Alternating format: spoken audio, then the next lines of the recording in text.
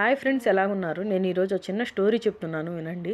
Story ఏంటంటే, ఒక చోట అయితే నది అనేది ప్రవహిస్తూ ఉందన్నమాట. ఆ ప్రవహించే నది ఒక చోటకి వెళ్ళి బురద దగ్గర నది ప్రవహిస్తూ ఉంటే ఉన్న బురద చాలక మళ్ళీ నీరు వచ్చి చేరిందని చెప్పేసి అయితే తిట్టుకుంటారు. ఇంకొంచెం దూరం ప్రవహించిన తర్వాత అడవి వస్తుంది. అడవిలో జంతువులు, పక్షులు, చెట్లు, పువ్వులతో, ఆకులతో స్వాగతం పలుకుతూ ఉంటారు.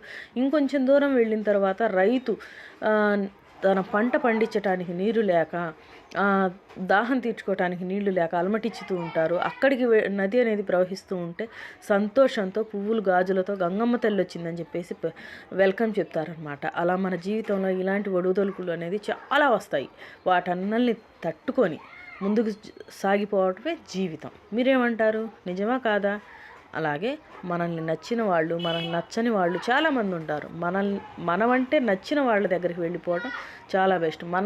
మనమంటే నచ్చని వాళ్ళకి ఎంత దూరం ఉంటే అంత మంచిది. నచ్చితే లైక్, సబ్స్క్రైబ్. బాయ్.